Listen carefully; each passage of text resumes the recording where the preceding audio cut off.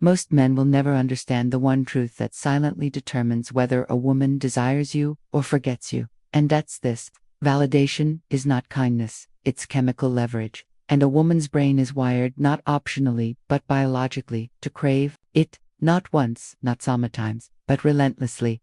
Every compliment, every glance of admiration, every text that says, "I miss you," triggers a chemical response almost identical to a drug. This is not a metaphor, it's neurobiology, it's dopamine, and it's addictive. Now, here's the twist: no one ever tells you. Just like any drug, validation loses its power the moment it becomes predictable. You keep praising her, telling her how she is, texting good morning and good night, thinking it's making her feel closer to you. It's not. It's making her numb. Her brain adjusts. Her thrill fades. Her emotional tolerance builds. And you start becoming invisible. You see, this is the trap most men fall into, thinking love is earned through endless approval. Beauty attraction doesn't work like that. The men who truly understand women don't chase them. They calibrate because Athoff mastered one law of desire. Scarcity breeds value. Consistency breeds contempt. Validation, addiction, emotional gap. 1. Let's call it what it is. Validation is currency. And Mossman, they spend it like beggars. They make deposit after deposit hoping for emotional return. They praise, they affirm, they flatter. All with one goal: to feel needed, to feel loved. But it's not attractive. That's emotional gambling. The high-value man doesn't office. He understands the 7030 rule. 70% approval, warmth, presence, 30% absence, mystery, space. Just enough to feed the flame, never enough to smother it. That's the balance that keeps her chasing. So instead of saying "you always look good," say "you look incredibly toned." That color does something to you. Make your praise earned. Make it specific. Make her wonder, did he really mean that? Why did that feel so different? That moment of curiosity, that's the real dopamine hit. But hair swear, most men lose again. They keep repeating the same compliments. You're beautiful, you're amazing, you're perfect, and soon those words become background noise. So shift your validation. Praise her mind when it cuts through the noise. Praise her strength when she makes the hard choice. Praise her originality when she's decisions feast. These are the validations that pierce deeper, not because they flatter the surface, but because they affirm Thespel. Machiavelli understood this long before psychology gave it a name. Power is not giving everything. Power is given, and that's exactly what validation is. It's leverage. It's control without control. Spend it like an investor, not like a gambler throwing his last coin into that dark. Now, a warning. There's a fine line between mystery and emotional. Too much attention, she gets bored. Too little, she gets cold. Thicky rhythm. Feed her but never fill her. Let her feel your presence but never on it. That is not cruelty. That is clarity. Soft pause beat builds. If this gets deep, it's because you were ready to hear it. Most men won't reach this level of awareness. But you're neither to be average. You're here to learn how attraction actually works. And you're just getting started now that you understand validation. Her first craving. Let me show you this kind emotional gap. The one that burns slightly underneath her words. The one she says she doesn't want but cannot leave without. Emotional gap 2. Her addiction taunts her. This is the trap that breaks most men. And the worst part, they walk into it smiling because they believe what she says. I want security. I just want someone consistent. I want stability. So they give it. They give everything. They text back in seconds. They map out next 6 months. They tell her everything she wants to hear. And then suddenly she pulls back. She ghosts. She needs space. She doesn't feel the same anymore. And he sits there wondering, but I gave her everything. I gave her exactly what she said she wanted. Buffers, the reality no one talks about. What she says she wants often kills her attraction the moment she gets it, because her nervous system isn't wired for peace. It's wired for tension. Not chows, not abuse, but unpredictability. The mystery of what's next. The subtle unpredictability of a man she cannot fully decode. The moment she can't predict your next move, that's when Shellens in Baja certainty dulls. Her hunger predictability numbs her body. Security, when handed freely, doesn't soothe her, it bores her. Think of Booth, nice guy she rejected. He made her feel safe, but she didn't feel anything. Here's the psychology behind it. Desi-Garnick effect. The mind becomes best with what is unfinished, with unresolved. with the stories that never closed. And women, they are masters of emotional storylines. Wench can read you like a book when there's no suspense. Her mind goes, and a still mind is a bored one. That's why the most magnetic men, they don't explain everything. They don't narrate their emotions. They live them. They speak in shadows, not outlines. They let her wonder. They are 70% revealed, 30% hidden. Not to manipulate, but to maintain polarity. That's not deception. That's discipline. So when she asks about your past, give her fragments. Let her imagination chase theirs. When she asks about your future, share your vision, but never the blueprint. Power is not in what you show, it's in what you withhold. Machiavelli knew this too. A prince who reveals every intentionless is the war before it begins. A monwo can be decoded, becomes forgettable. Let me be clear. Mystery is not a game, it is a result. You don't pretend to be you become mysterious by actually having a life that she can't predict or control. Because you're building something, because you're fake used on a mission, because you're not there to impress her. You're there to include her. Want an example? She asks, "What did you do today?" You say, "Had a meeting that might change a few things. I'll tell you later." Then you move on. You don't overshare. You don't explain now. Her mind ignites. What meeting? What things? What's changing? Suddenly she becomes her own question. And you're the answer she can't touch. That's not a mind game. That's biology. You're not feeding her trivia. You're giving her tension. You're letting her chase the plot, not just read the summary. But here's where men miss this up. They create mystery with nothing behind it. Hollow words, empty drama, fake stories. That's not mystery, that's insecurity. Real mystery is backed by substance. You didn't say you're busy. You are actually busy. You don't act mysterious. You are unexplainable because you're evolving faster than she can predict. So, here's our new law. You don't pour the water. You offer a sip, then walk away. Opens a door and leaves 5 more questions behind. But remember, you have 90 days not to impress her, but to provocate. Your mystery has weight, that your silence isn't emptiness, it's momentum. Because if you fail, mystery becomes annoying, but if you succeed, it becomes an obsession. She starts to think about you when you're not around. She replays your words in silence. She questions herself. Bafta's reversal. She's no longer the one being pursued. She becomes the one who seeks. And you didn't beg, you didn't chase, you didn't perform. You became the question that haunts her peace, and you never had to raise your voix. You're about to enter the battleground that triggers her deepest, most primal response. The third emotional gap, the one that doesn't just spark desire, it creates obsession.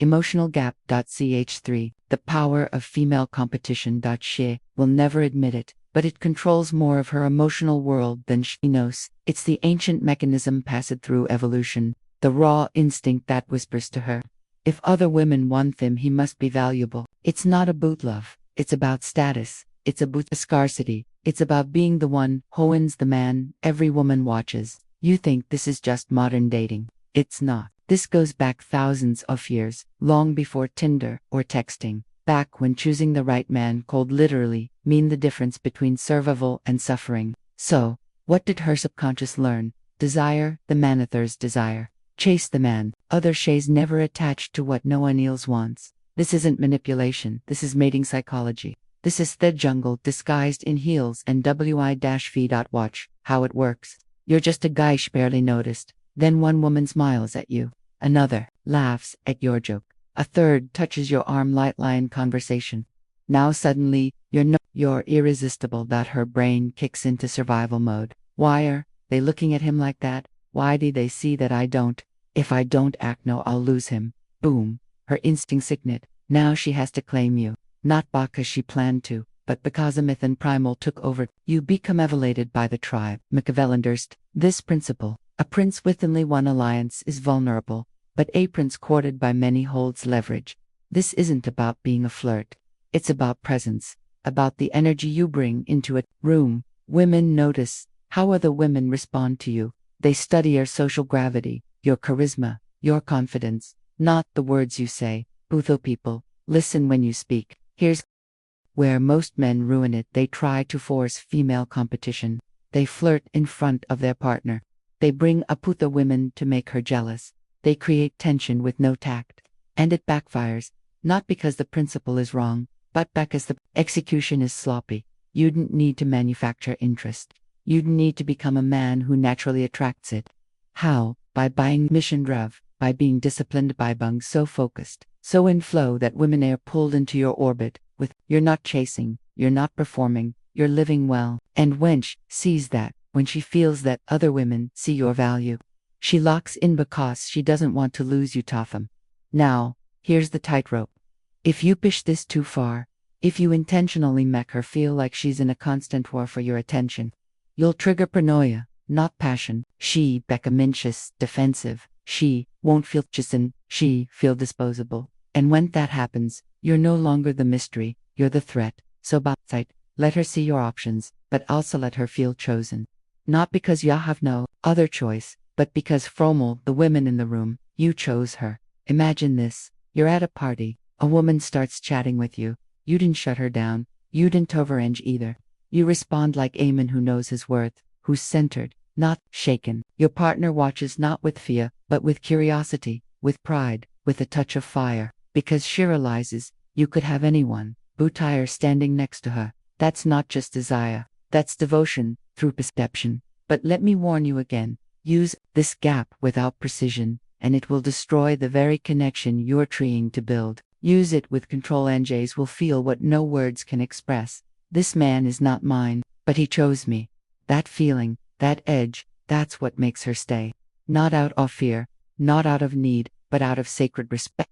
You've learned to spark her. Now you must learn to hold it, because what ignites her body isn't always what anchors her soul. This is where 90% of men fail, not because they're weak, but because they've never been taught what real strength looks like. Emotional gap for 4. Emotional leadership, the anchor she searches for. Let's be very clear. She does not need a savior. She does not need a man who rushes in to fix her life, or wipes her tears with promises, or panics when she panics. What she needs, what her nervous system subconsciously craves, is a center. A man who doesn't flinch when she trembles. A man who doesn't collapse when she storms. A man whose emotional state is unshakable. Because her chaos is not a call for comfort. It is a test to see, can you hold me without losing yourself? Machiavelli said, he who cannot command himself will never command others. This applies to love more than war, because the battlefield of attraction isn't out there. It's in here, inside her emotions. When she spirals, most men mirror her stress. They rushed to fix it, to explain, to apologize, to give Heron's words when all she needed was space to feel. But the man who leads emotionalitos and react. He regulates, he listens without absorbing, he holds space without retreating. He lets her express her frustration, her confusion, even her fear, and still remains steady, not cold, not detached, centered, hair swat, that looks like inaction. She says, I'm overwhelmed. I don't know what I'm doing anymore. You don't cut her off, you don't offer solutions right away. You say, that sounds really heavy, tell me more. Not to impress, not to fix, but to prove that her storm can't shake your foundation. That she can feel without managing your emotions, that she doesn't have to shrink herself just to keep your world balanced. Do you know how rare that is, woman? How seen and safe does that make her feel? Most men demand emotional comfort from women. The high-value man provides it. But here's the catch. Leadership is not controlled. Leadership is clarity. It's in how you breathe, how you respond, how you move through thrall without burning her Oreo self. It's when she's drowning in uncertainty, and you don't pull her out. You hold the rope and let her find her footing. You don't become her therapist. You don't become her rescuer. You become her anchor. Now listen closely. If you cannot regulate your own emotions, if you collapse under her pain, if you lash out when she's vulnerable, you are not her rock. You are antitherbitin, another source of pressure, another man who can't be trusted with real her. And she will retreat silently because she can't feel feminine in the presence of a man who feels more emotionally unstable than she does. But when you master this, when you're spun to her emotions, not with solutions but with presence, something happens. She begins to relax into you. She begins to trust you. And bath trust, it births the kind of connection most men will never experience. Not just affection, not just attraction, but devotion. The kind that makes her feel like she's come home. And she won't even be able to explain why. That's not manipulation, that's mastery. Because emotional leadership isn't about commanding her, it's about commanding your emotional gap. 5. psychological personalization. Decode only the elite. Decode. Most men never make it here. They plateau. They rely on charm, on tricks, on repeating what worked with the last girl, hoping it works again. But women are not formulas. They are fingerprints. And if you treat her like a type instead of a code, you will always be guessing. And eventually, she'll vanish. You want the unfair advantage. Here it is. Stop applying tactics. Start reading patterns. This is not about it's about discernment. Because every woman, even the mass-guarded, has a blueprint, a set of emotional reflexes that reveal exactly how she wants to be led. Let's break it down. 1. She constantly asks how she looks. She's always seeking reassurance. She posts selfies and watches for likes. She gets quiet when she doesn't feel seen. Her dominant emotional gap, is validation. You don't flood her with compliments. You treat praise like a currency, not confetti. You offer it with intention when she earns it, not when she expects it. You don't say you're beautiful every hour. You wait for that moment she doubts herself, and then you say it like you mean it. 2. She's anxious when you take too long to reply. She asks about your plans, your day, your intentions. She can't handle ambiguity. Her dominant emotional gap isn't. You give her stability through presence, not predictability. You don't explain every move. You maintain that 30% shadow. You don't disappear, but you don't narrate your every breath either. You become the man she trusts without needing to track. 3. She brings up other women. She gets jealous easily. She wants to know about your exes, who you talk to, who likes your posts. Her dominant emotional gap is competition. You don't provoke jealousy. You satisfy her instinct with discipline. You remind her that you have the options, but you chose her, not from discernment, but from discernment. You were surrounded by opportunity, and yet you are beside her, that feeling that she won, that makes her fight to keep you. Others. What separates boys from men? A boy guesses which gap is dominant.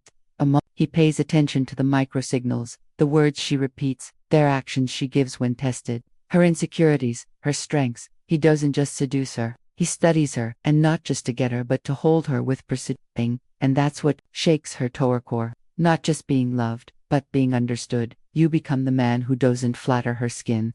You affirm her soul. You don't just say she's smart.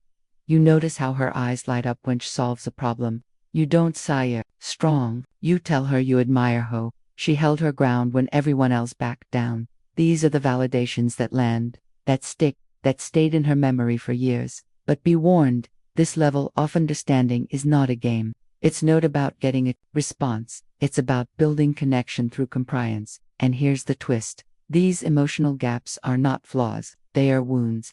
Her need for validation. It likely came from early rejection, her addiction to uncertainty, from broken trust, her competitiveness, from never feeling like she was the first choice. You do not exploit these gaps. You respect them. You navigate them with clarity and maturity. You give her what she needs without losing what you are. If you become her emotional sponge, she'll drain you. If you become her emotional mirror, she will ignore you. But if you become her emotional map, you'll be the first man to ever lead her back to herself. And that, my friend, is so irresistible. The 5 female emotional gaps. Final cap. 1. Validation. The chemically she secretly craves. 2. Uncertainty. The mystery that fuels her desire. 3. Competition. The instinct that makes her pursue. 4. Emotional leadership. The stability she can collapse into. 5. Psychological piecemeal. The code that unlocks your devotion. Pick one. Master it for 7 days. Not halfway, not casually, fully. Watch how she changes. Watch how fuel bends around your presence. Watch silence becomes your most powerful tool. This is dark psychology, Emilia. And remember, the man she fears losing is not the loudest in the room, but the one who understands her better than she understands herself. Like this breakdown, leave a comment, hit subscribe, and share this with Amanwos ready to stop chasing and start